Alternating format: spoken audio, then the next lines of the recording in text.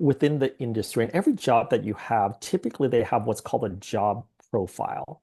And that essentially lists like this is what the qualifications are that they want that person to meet.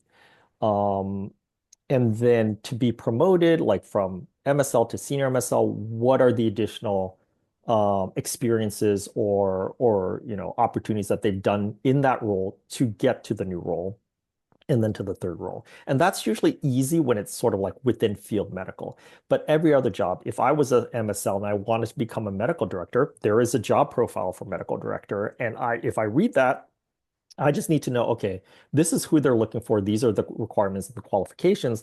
Then I'm thinking in my role as an MSL, okay, what do I need to do to prepare myself for that particular role?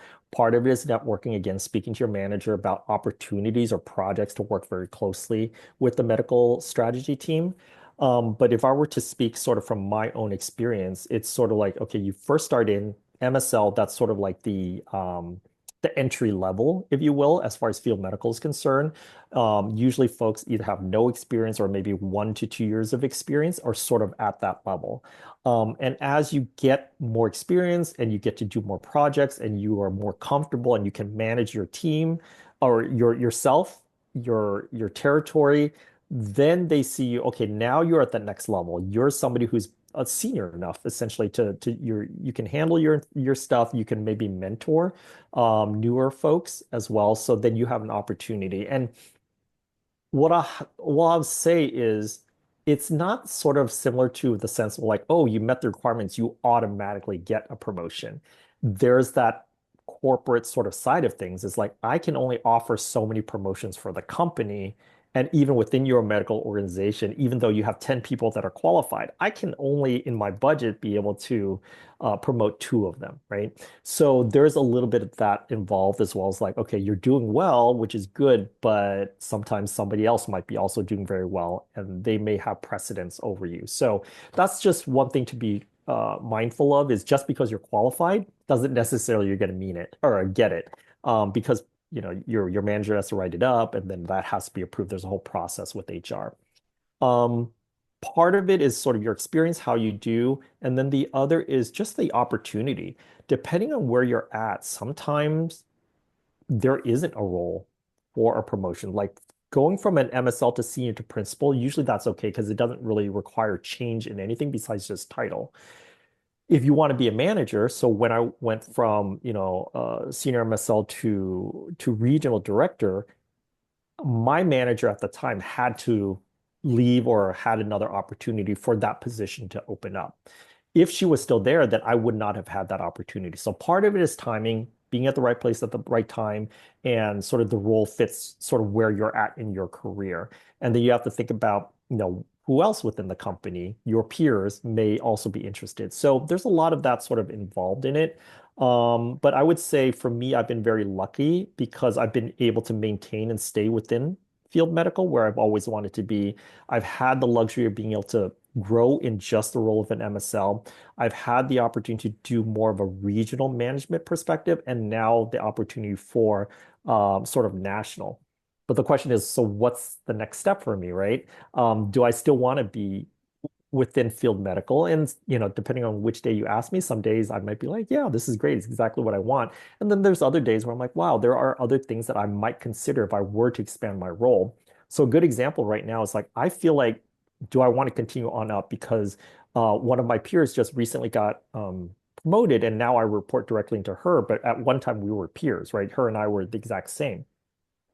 But I don't know if I want Hmm. to have her role because more role, more responsibility. I'm kind of happy where I'm at.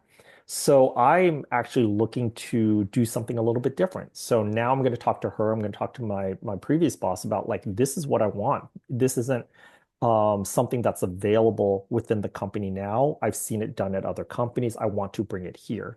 So that's sort of like my next role. But that part of it is like me being able to articulate that, get them sort of to buy into it, why we need it. I got to make a case for it. And then if there's an opportunity, maybe I could get it. So that's one. But what you'll see when you get in industry too, which is actually kind of crazy, is how many people reach out to you through LinkedIn because of your experience already. They'll be like, "Hey, Luis, I see you've been at SpringWorks for 5 years now. You've been a senior. You're now a senior MSL. We have another role at this other company. It's a startup or whatever. Would you be interested in coming over and doing this?" And so you'll get a lot of recruiters that end up calling you as well, which is kind of great. And more often than not, you just have to kindly say no. Unfortunately, I'm either happy where I'm at, or if they caught you on one of those days where it's just like, I don't want to be here anymore, then you're like, hey, I want to explore something new. So there's always that. And that's just within your role, but then they may offer you a role of, hey, you have this background. I think you would be a great person to be a medical director, or I think you'd be a great person to lead a medical information team. So that's why I think that with the PharmD career, you guys have made such a great choice as far as healthcare professionals because it is so versatile as a terminal degree, if you will. Because when you think about physicians, they have their own place, they have a lot. And trust me, within industry, they have a lot of trajectory too. So I think as with an MD background or a PharmD background, you're great. You think about somebody with optometrists or dentists, they're a little bit more niche, and so they don't have those opportunities that a PharmD does. So I think you guys are right where you need to be. It's such an exciting place, and the fact that now there's so many schools of pharmacy, there's only so many hospitals or clinics and things like that. What else is there? And there's always a need because there's new companies and need for people with experiences and things like that, that I just think that, the more the merrier as far as that's concerned. So I think you guys are a good place and hopefully a good time period too, because with a little bit of background, a lot of interest within industry for sure.